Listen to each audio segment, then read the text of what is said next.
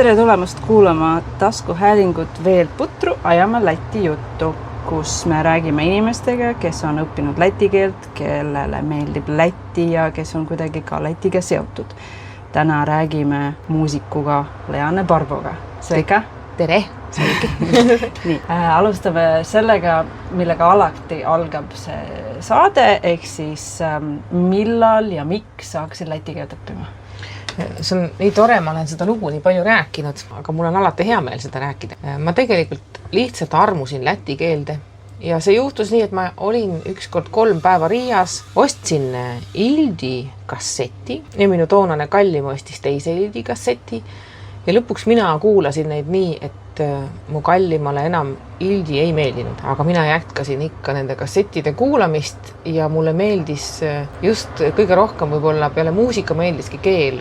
Ja et kui mõnikord armutakse inimesse ja siis õpitakse keel, siis mina armusin kõigepealt keelde ja siis hakkasin tundma inimesi. Mis aasta see võis olla? See oli aasta 2000 ma arvan, jah, 2000, sest 2002 tegelikult, või 2001 see võis olla ka. 2002 ma läksin esimest korda suveks pikemaks ajaks Lätti ja siis ma olin juba õppinud natukene.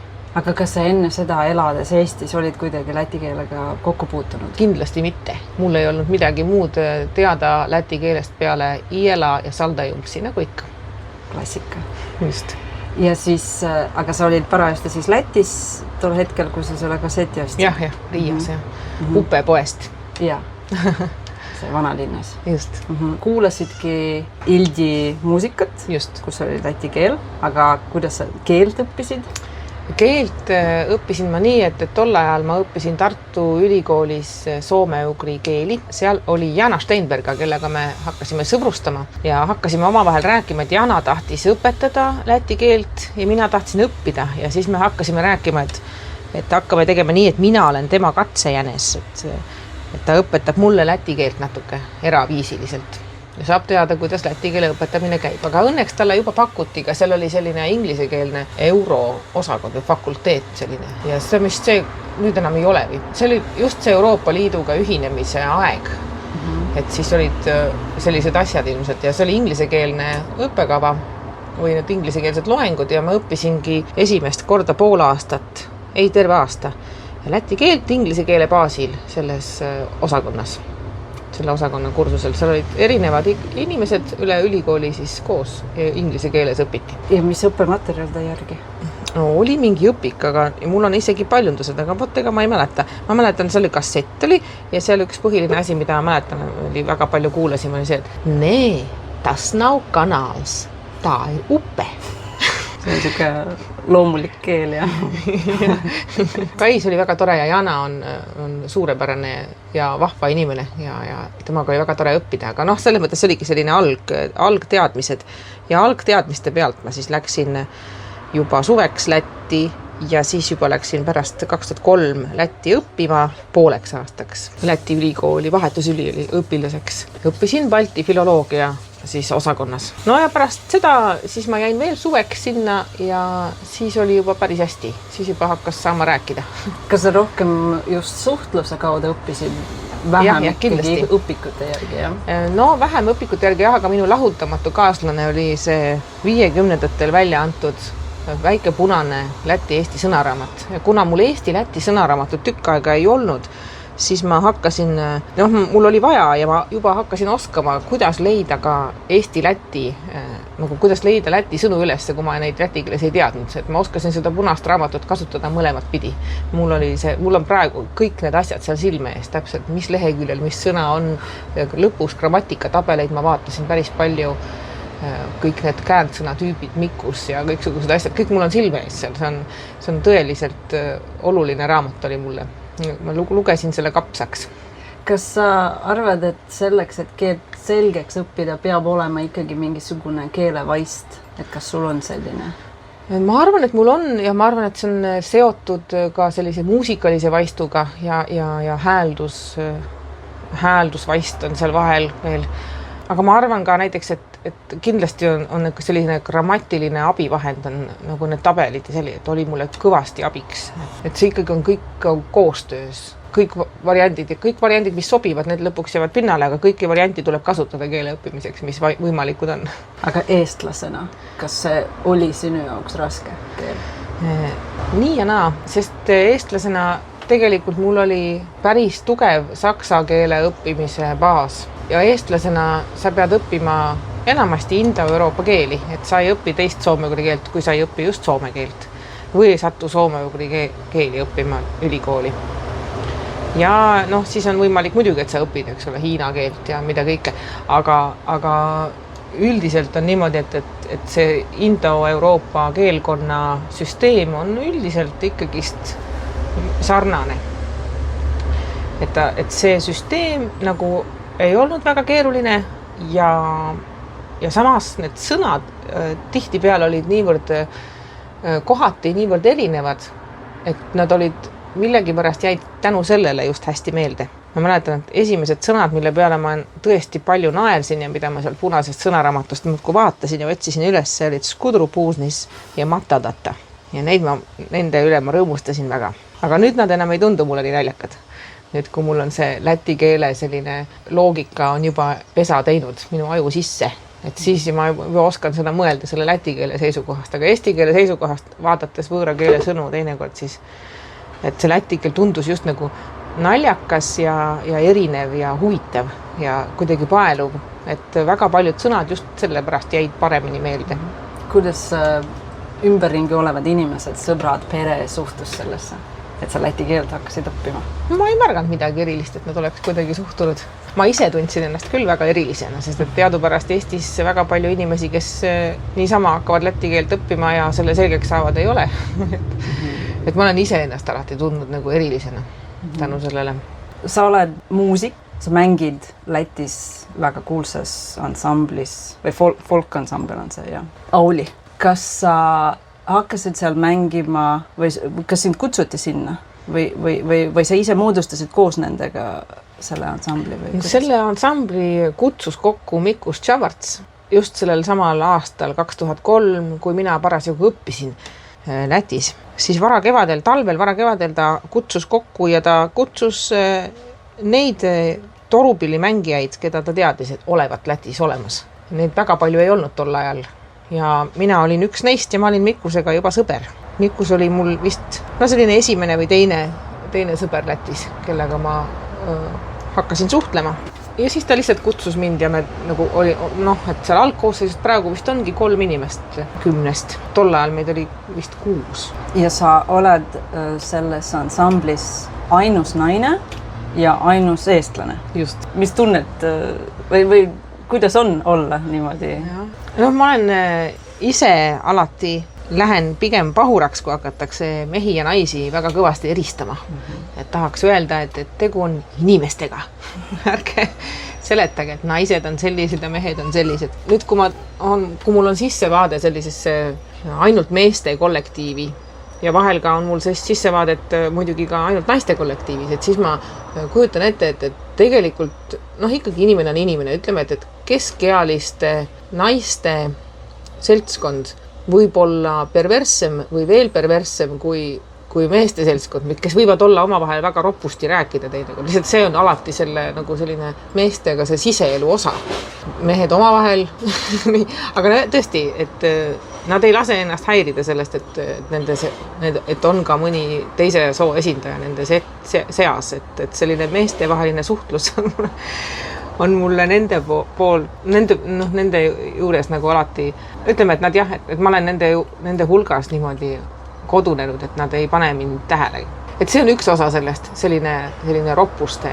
Mitte nüüd päris roppuste, aga ütleme, et ma loodan, et see nüüd ei jää pinnale, et kuna see on üks kõige erilisemaid asju võib-olla, mis seal on. Aga see, et sa oled eestlane? Aga see, et ma olen eestlane, siis alguses ma tean, et ma ikkagi aja jooksul olen läti keelt ju hakanud paremini rääkima, nii nagu ka torupilli mängima paremini, et ikka alguses me keegi eriti ei osanud ja nüüd me kõik oskame natuke paremini ja see areng on olnud väga hea ja läti keeles samamoodi. Ja siis, kui ikkagi alguses mul õnnestus mõnikord mõnest vestlusest kõrvale hoida tänu sellele, et ma tegin nägu, et ma ei saanud aru midagi. Ja vahel ma ei saanud ka aru. Aga nüüd on et hiljem on seda vähem juhtunud. Kas on midagi, mis oled märganud, et eestlasena olles koos lätlastega, et sa oled ikkagi teistsugune? Jah, ikka. On mingeid asju. Kõige rohkem, mis ma olen tähele pannud või mis tuleb ette, on, no mul on tegelikult Lätis ühed parimad sõbrad on sarnaselt natukene irooniliselt ja kriitiliselt mõtlevad inimesed, nagu eestlastest paljud kipuvad olema, aga eestlastest ka muidugi, see on ikkagi jällegi, et see rahvuse küsimus on üks, aga tegelikult inimesed on ikkagi erinevamad kui rahvused teinekord. Aga lätlaste seast ma olen rohkem pidanud suhtlema võib-olla inimestega, kes on natukene romantilisemad ja sinisilmsemad ja naiivsemad. Näiteks oma rahvuskultuuri suhtes eriti. Et eestlased ikkagi uurivad ja urgitsevad ja seavad küsimuse alla, kahtlevad, kontrollivad ja teevad omad järeldused palju rohkem kui lätlased, kes teinekord lihtsalt hurraa, lilled. See laul meeldib mulle. No see on tegelikult kõige alus, et see laul meeldib mulle. Aga seal võiks veel juures olla kõik need mingid muud asjad rohkem teinekord, et see, selline natukene selline sinisilmsus, jah. ja sellise kriitilise iroonia vähesem osakaal. Aga kui on näiteks Läti laulupidu ja Eesti laulupidu, kas sa ka oled, nagu ma ei tea, spordimängudel, et kas oled ühelt poolt või teise poolt või kellel on parem laulupidu? No seal on ikkagi päris erinev see süsteem, et lätlastel on see ikkagi tohutu korraldus ja neid üritusi on mitu korda rohkem ja need on nagu sellised, see on nagu kuidagi eestlastele ta on jäänud rohkem sinna, et saame kokku ja laulame, et see nagu see selline laulupidu on nagu pigem säilinud, et lätlastel on see korraldus läinud nagu niimoodi tohutu suureks ja seal on nagu seda kõige rohkem seda vahet. Aga muidugi on veel vahe see ka, et pärast neid tantsukontserte inimesed saavad kokku ja lihtsalt tantsivad, et see on hiljem muidugi tekkinud sinna tantsupeole Lätis, aga Eestis pole veel tekkinud. Aga igasugused huvitavad mõtted on ikka ja see on huvitav vaadata, kuidas ühel maal ja teisel maal need arengud toimuvad. Meil näiteks Eestis on selliseid rahvakultuuri inimesi rohkem sattunud sinna laulupeo korraldusse ka ja tänu sellele on päris palju muutusi toimunud nagu rahvakultuuri poolele, et on muutunud sellised, et rohkem hõlmab neid asju, et Lätis just see laulu ja tantsupidu võib-olla on rohkem jäänud niisuguseks klassikaliseks lava rahvatantsuks ja koorilauluks. Jah, aga ei saa öelda ka tegelikult, seal on erinevaid aspekte, aga kindlasti põnev on mõlemal osaleda. Üks aasta me tõesti viimati, kui oli see suur juubeli laulupidu Lätis, siis me tulime Eestist laulupeolt ja läksime Lätti laulupeole, et see oli väga huvitav. Meil õnnestus mõlemal korral viibida Lõksus laulupeo rongkäigu taga. Tulime Tallinnast laulupeo rongkäigust läbi ja sättusime Riiga laulupeo rongkäiku ja pidime peaaegu kontserti heliproovi hiljaks jääma. Kas sa oled näinud seda laulupeo filmi Maa, mis laulab? Ei, ma olen üldiselt, mis on kõige naljakam minu Läti armastuse juures, et ma olen väga vähe Läti filme näinud.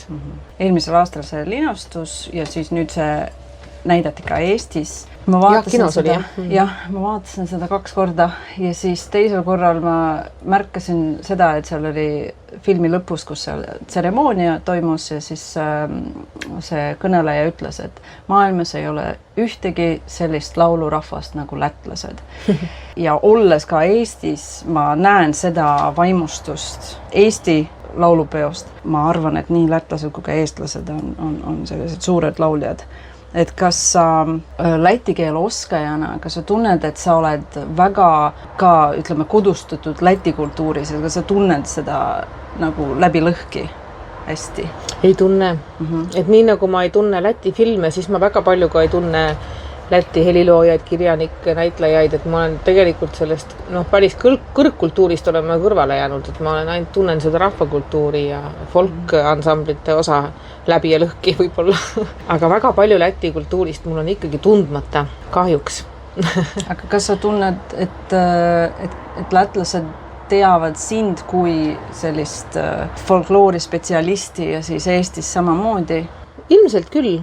Seal võib olla natukene erinev see nagu põhjus, sest Lätis öeldakse folkloorist, see sõna käib nende kohta, kes tegelevad folklooriga. Eestis folkloorist tähendab uurijat ja ainult uurijat, et selline, kes laulik on või mängib pilli, et tema ei ole folklorist, nii nagu Lätis öeldakse. Kuigi selge see, et seal ei mõeldagi seda, et nad kõik on uurijad, aga mingisugune selline aura või selline arusaam käib sellega kaasas selle sõnaga, et küll tema juba teab. Ja siis ma arvan, et Lätis arvatakse, et ma olen folkloori spetsialist sellepärast, et ma mängin aulis. Ja Eestis arvatakse, et ma tean palju asju sellepärast, et nad Eestis ilmselt teatakse, mida ma tean rohkem, et ma olen siin ka õppejõud ja teen koolitusi ja õpitube ja neid asju, et ma selles mõttes palju tegutsen selles vallas, et siis mind kutsutakse ka järgmistele, et on teada, et küll mina juba tean, aga see on nagu mingi teine põhjus.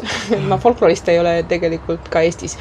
Aga kas see, et sa oskad läti ja eesti keelt, kas kasutatakse ära see võimalus sind kutsudes kuskile, et nüüd ma ei tea, tõlkima näiteks? Seda juhtub harva kusjuures, et vajadust vist väga palju ei ole, et väga harva juhtub. Kõige rohkem on seda juhtunud sellepärast, et minu tööandja on Tabasalu muusika- ja kunstikool, laste muusikakool ja meie sõpruskool on Tjakavas. Ja kui meil toimuvad need kohtumised, et siis on mind vaja sinna tõlgiks. Aga see on selline siseringkond, et väljapoole väga palju seda ei ole.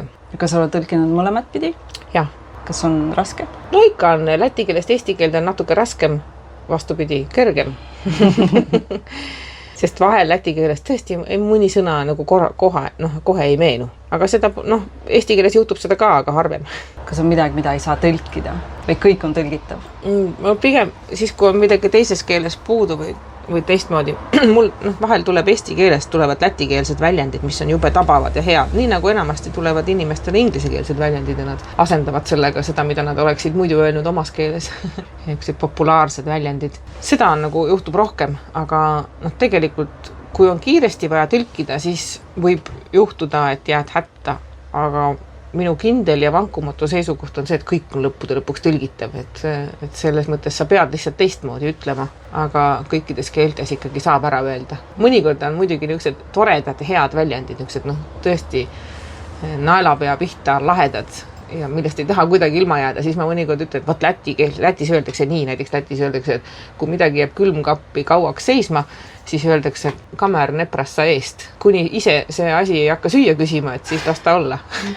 Seda meil nii head väljendid eesti keeles ei ole. Tahaks, et oleks. Sa võid siis levitada. Just, aga kuidagi ma räägin, eesti keeles ma saan tõlkimisega suurepäraselt hakkama, aga nii hästi ta ei kõla või nii naljakalt ei kõla. Aga võib-olla kui natukene veel harjuda selle mõttega, siis küllap hakkab kõlama. Kui sa räägid lätlastega, kas nad näiteks parandavad sind? Eriti ei paranda. Isegi alguses ei parandanud, siis kui ma tõesti tegin jämedaid vigu. See, et sa said aru, et sa teed vigu ja siis ikkagi ei paranda. Jah, mõnikord on ka praegu nii, et ma esitan valiku grammatilisi vorme, küsin kumb on õige ja siis nad ei viitsi mind parandada. Et said aru ja siis ja. Prefiksitega ei ole probleeme? Mitte eriti vist, jah. No. Ma ei tea. Et ikkagi on võimalik neid ära õppida süstemaatiliselt. Räägi. Millised? No näiteks iäduet, adduet, aisduet. No ja. No need tegelikult sa õpid sõna kaupa. Ja nii, kui tihemini kasutad, siis nad lõpuks, ikka vahepeal läheb vussi ja vahepeal midagi muud tuleb. Aga siis, siis ongi see koht, et räägid ära ja siis hakkad järele ise parandama. Tegelikult vist oli adduet.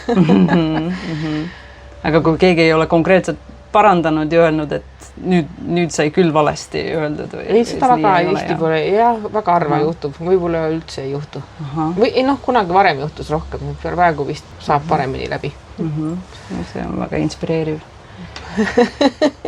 Lisaks sellele, et sa mängid aulis, kuidas sa veel läti keelt kasutad? Ma kasutan ikkagi, mul on palju sõpru Lätis ja ma kasutan suhtluses ikkagi oma sõpradega.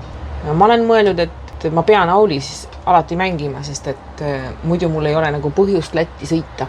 Nüüd mul on olnud ema puhkus ja ma ei ole käinud Lätis. Ma ei ole käinud auli kontsertidel, ühel käisin pärast lapse sündi ühel. Aga muidu nad ju mängivad kogu aeg kontserte, ilma minuta. Kuidas nad saavad ilma sinuta mängida? Ikka saab. Ja ega kui ma Eestis elan, siis on ka varem tulnud seda ette, et ma ei lähe kontserdile, et suurematele kontsertidele lähen, aga väiksemad, et ei lähegi. Et see on harjutatud juba ka. Vahepeal meil oli väga tore oli minu asendusliige oli Ernest Medenis, aga nüüd kahjuks tema ikkagi läks ära ja mul nagu tundus, et nüüd kui on Ernest, on ansamblis, et nüüd on kõik hästi, et nüüd mind ka pole vaja sinna enam, aga nüüd kahjuks nüüd Ernestit enam ei ole, ma ei tea. See on väga, jah. Aga mul on muidugi veel sidemeid Lätis, et näiteks me septembri alguses on ja tegelikult ka augusti alguses praegu on Masa Riias Valle ja siis tuleb see suur Riias Valle, on Tjakava ja Riia tantsusõbrad ja rahvamuusikud korraldavad tantsufestivali. Me lähme septembris sinna mängima ja siis on need samad inimesed korraldavad veel augusti lõpus Kaartis Eesti piiri lähedal sellise pikema sellise laagri ja seminari, kus ma annan loengu näiteks ja neid sidemeid on meelgi. Ja siis viimane kord, kui ma Lätis käisin, siis me käisime ikkagi Tumpide juures jaanipäeval, sest nad teevad üks kord 3 aasta jooksul ja see on niivõrd äge sündmus ja Tumpid on head sõbrad, et sinna tahaks alati minna ja et neid sidemeid on veel, pillimeistreid ja sõpru ja et ma kasutan selles mõttes ikkagi läti keelt. Mulle ikkagi tundub, et Läti on mu nagu teine kodu, et ma ikkagi käin seal isegi siis, kui Mauli kontsertidel ei käi. Ja sind võetakse vastu ka väga sõbralikud. Ikka jah, need, kes mind teavad, need on ju niisamadki sõbralikud ja need, kes mind ei tea, need alguses ei saa aru, et ma olen eestlane ja siis lõpuks vaatavad, et midagi kahtlast on. Minnes tagasi selle folkloori juurde, et kuidas sulle tundub see igasuguste pühade tähistamine, et kas see on Eestis, Lätis samasugune? Ei ole.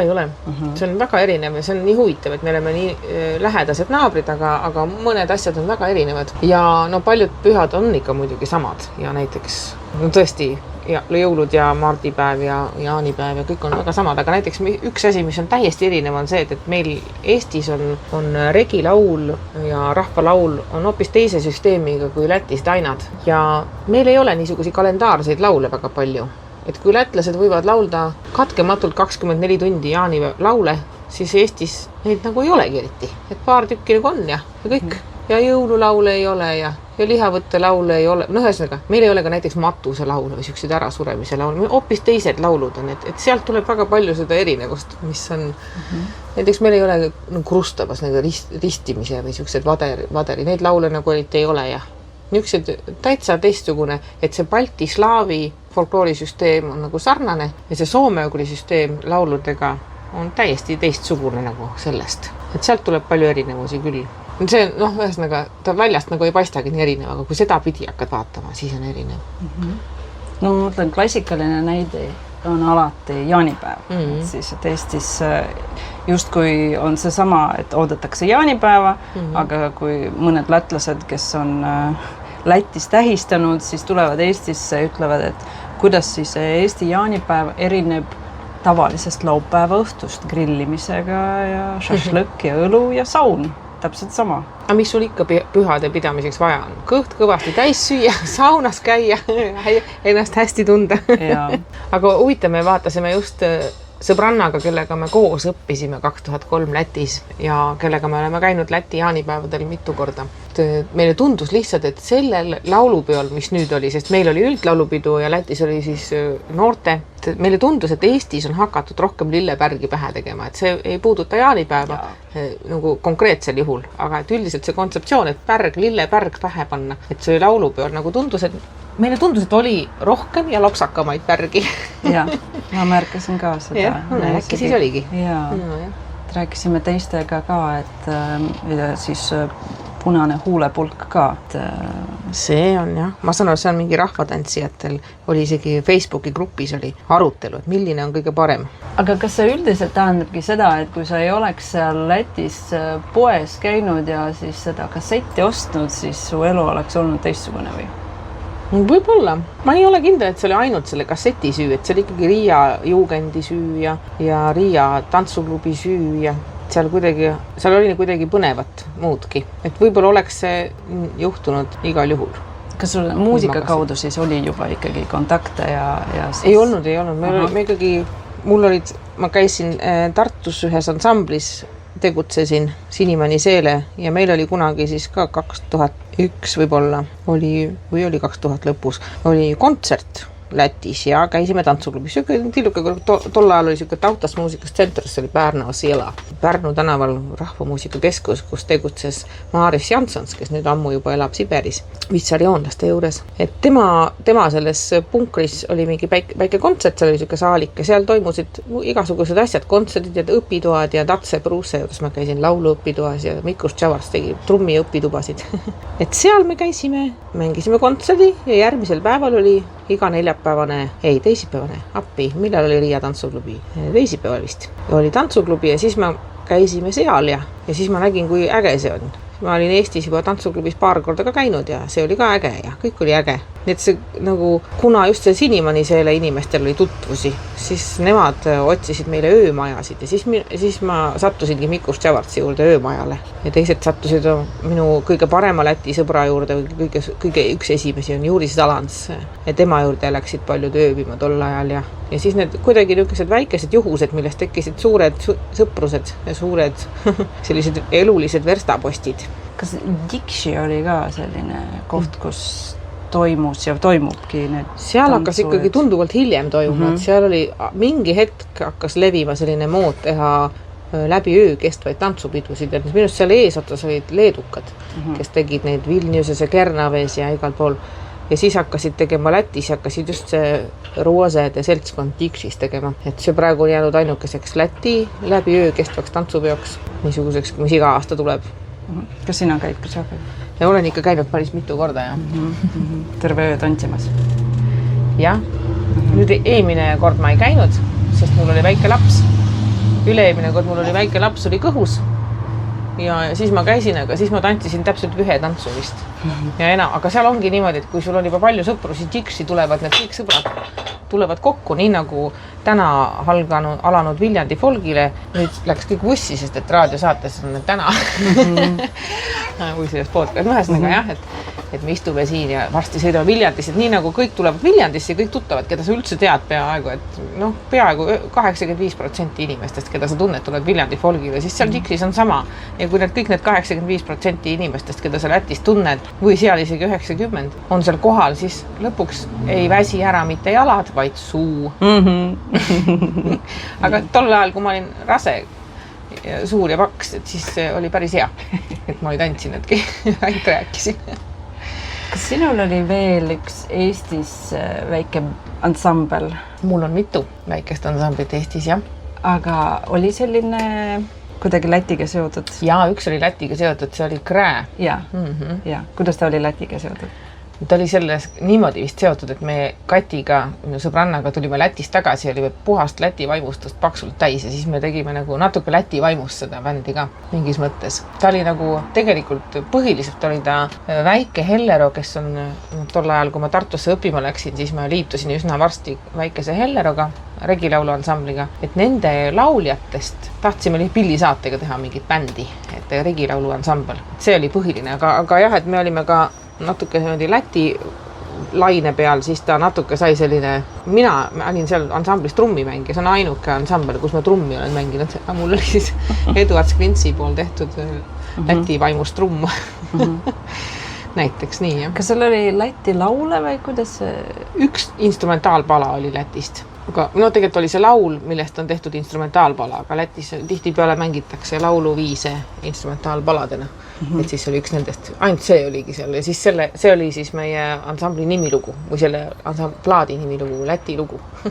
Sest ega me ei hakanud seda laulu pealkirja panema, mis oli Senzirdeju, Nurenzeju või siis esimene rida, aga see oli lihtsalt Läti lugu. Ja siis sul on siis veel ansamble Eestis? Ja Lätis käisime salvestamas. See on samast autasmuusikast tsenter siis tookord, kuhu oli juba läinud tööle Kaspar Sparmals oli seal. Võttis siis linti selle meie ansambli. Ja praegu meil on nüüd, kellega me homme Viljandi folgil mängime, on selline trio, mis mängib ühe Läänemaa pillimehe Jaan Ranna muusikat, et Jaan Rand kunagi mängis 3 pilli, on arhiivisalvestustel on parmupill, lõõts ja kannel. Ja me oleme 3 tüdrukut, kes siis mina mängin kannelt, üks mängib parupilli, teine mängib lõõtsa. Meil on selline trio. Kas sul on Läti või Eesti kannel? Mul on igasuguseid. mul tegelikult ei ole igasuguseid, mõtlen, mul Leedu kannelt ei ole. Vene, mul on Soome kannelt paar tükki on Soome, aga enamasti on Eesti, mõned on ise tehtud, 2 tükki on Läti omad, üks on Maaris Janssonsi ja nüüd täitsa üks viimaseid ja praegu üks mu lemmikuid on Eduards Klintsi kannel. Ma tegelikult ammu igatsesin Eduardsi kannelt ja hästi igatsetud. Nüüd mul on ta olemas ja ma olen väga rõõmus. Milline erinevus on Eesti ja Läti kandle vahel? See on pigem meistrite vaheline erinevus on suurem kui nende pillide vaheline erinevus kindlasti. Suurt vahet nagu maades. Kui vaadata muuseumi pille, siis üldmulje jääb, et Lätis, eriti Kuramaal on pillid rohkem kaunistatud. Aga see ei ole ka päris kõva reegel. See võib juhtuda igatepidi. Kas ei olnud niimoodi, et Latgalas oli veel see tiib ka? Jah, et see on ka, aga see on ka Setumaal, et see on nagu idapoolne kannel ja läänepoolne kannel, et need erinevad selle läbi, et ühel on siis see tiib või laba ja Setus on see saba, hand. Et mul on ka mõlemaid ma olen ka ise püüdnud teha või teinud nii labaga kui ilma. Et praegu mu enamasti mängin ilma labata. Kas see annab midagi juurde või mitte? See on samamoodi, et meistriti on paljud erinevused ja siis on see puumaterjal on erinev ja siis on veel, kuidas see parasjagu on siis sündinud või kuidas ta on see lõigatud, saetud, kõik. Seal on nii palju asju, mis muudavad seda heli. Ma ei ole küll aru saanud, et see laba iseenesest midagi väga palju muudaks. Või et mis asi on see, mis sellest labast tuleb või tulemata jääb, seda ma ei oska. Et tegelikult nagu on arvata, et see võiks võimendada heli, aga reaalsuses on see, et mine sa tea, võib-olla ta natuke võimendab, võib-olla teeb kumedamaks, aga ma ei ole päris kindel. Kuidas sulle tundub, on need teadmised Lätist, Läti kultuurist ja nii edasi Eestis on olemas või ei ole? Eestis üldiselt on ikkagi vähe, et see on kuidagi naljakas, et me ei tunne oma lõunanaabreid. Et ma mäletan, see sama Jana Steinberga kunagi rääkis, see oli tõesti siis 2000-ndate alguses, et keegi Tartu linna peal siis küsis, et kust ta pärit on. Ja siis Jana ütleb, et ta on Lätist. Kus sa siis siia said? Nagu ta oleks kuskil Uus-Meremaalt või ühesõnaga siuke suhtumine. Tead, see on 20 kilomeetrit seal lõuna pool. See ei ole nii kaugel. Jah, et me omame ju kõige suuremat maismaapiiri. Aga imelik, et nii väike on see kontakt. Kas sa Eestis oled ka tutvustanud, rääkinud, on siin palutud rääkida Läti kultuurist või muusikast? Mõnikord, aga pigem vähe. Et see on siuke üleüldine, võiks ju öelda ka huvipuudusega, kuidagi harjumuse puudus Lätist mõelda ja Läti kohta midagi teada saada. Meil on tegelikult küll, kes väga head tööd teeb Läti kultuuri ja päevakajalise poliitika tutvustamise, meil on ikkagi ERR-is on eraldi korrespondent Lätis, eks ole, et see on suurepärane, et meil esiteks, et meil selline korrespondent on ja iga uudiste saada ei ole veel uudiseid Lätist, aga tõesti väga tore. Vähemalt midagi saab teada. Jah, just, et ikkagi nagu mul tundub, et selle üks suur väärtus on ka see, et see tekitab harjumuse Lätist mõelda. Et üldse inimesed harjuksid mõtlema selle peale, et meil on niisugused naabrid seal ka. Et mitte, et ei ole meil korrespondent USA-s ja Brüsselis või Washingtonis ja Brüsselis, aga et on ikkagi ka Lätis, kus siis vaja, Valgas, Riias, ükskõik. Aga siis viimane küsimus, kunagi siin mingi aeg tagasi räägiti sellest, et milliseid võõrkeeli peaks koolides õpetama, et mis sinu arvamus on sellest, et läti keelt pakutaks õppimiseks? Et kui ühiskond siin Eestis jõuab sinnamaani, et rohkem Lätist mõelda, et siis ikkagi kulub ära, et oleks rohkem inimesi, kes läti keelt oskaksid. Ma olen pigem puutunud oma elus keeli õppides sellega kokku, et inimesed tahavad õppida inglise ja hispaania ja prantsuse keelt või midagi niisugused suuri keeli, sellepärast, et siis neil on rohkem võimalusi inimestega suhelda või nagu on rohkem kontakte võimalik sõlmida. Aga mina olen alati, kuigi ma hea meelega õppisin ka inglise ja prantsuse keelt ja hispaania keele ma loodan vahele jätta, aga mulle just meeldib õppida neid keeli, mis on väiksed, sest et tegelikult ikkagi, kui on üle 10 rääkija sellel keelel, et siis on ikkagi tõenäoline, et sa mõne sõbra võid sealt leida, et mul ei ole vaja poole maailmaga seda sõpruse võimalust. Mulle täitsa piisab mõnesaja inimese hulgast ju ka valida mõnikord. Et ei ole seda noh, et see, ühesõnaga ma saan aru küll tegelikult, aga minu meelest see väärtus, mis tekib siis, kui sul on käes mõni keel, millega sa saad suhelda näiteks lätlastega või oled õppinud ära mingi muu väiksema keele, et see annab palju põnevamaid võimalusi elus kui see, kui sa oled õppinud ära inglise keele sa pead niikuinii õppima ära, sest et seal ei ole valikut, aga näiteks ütleme seesama prantsuse keel, et siis sa saad teada, et prantslased on oma keeles väga suured šovinistid ja nad eeldavad, et sa räägid seda keelt ja räägid hästi seda keelt. Ja kui sa räägid halvasti, siis sa ei ole eriti palju väärt. Aga kui sa räägid näiteks Läti või Leedu või Valgevene või ükskõik, Ukraina, Poola, mingid sellised väga palju erinevaid, mis siit tulevad järjest. Saksa keel muidugi nagu ka suurem, aga nendel vähemalt pole üle mere nii palju kolooniaid nagu näiteks hispaanlastel või portugallastel. Kuigi portugali keelt ma ka tegelikult tahaksin õppida, aga mitte, ikkagi Portugali pärast, mitte Brasiilia. Kuigi Brasiilia on ka väga tore. Ühesõnaga, kõiki keeli peaks õppima. Ma suhtun sellesse, et oleks valikut, suhtun väga soosivalt. Ja ikkagi meie naabrite keeled võiksid olla kättesaadavad. Soome, Vene ja Läti, tuleb öelda. Selge. Vabandust, rääkisin väga palju. See on viimase küsimus. Aga jõudu sulle Folgi ja Läti-Eesti suhete hoidmisel. Ja ma püüan olla tasemel. Ja, aitäh sulle ka jõudu. Aitäh.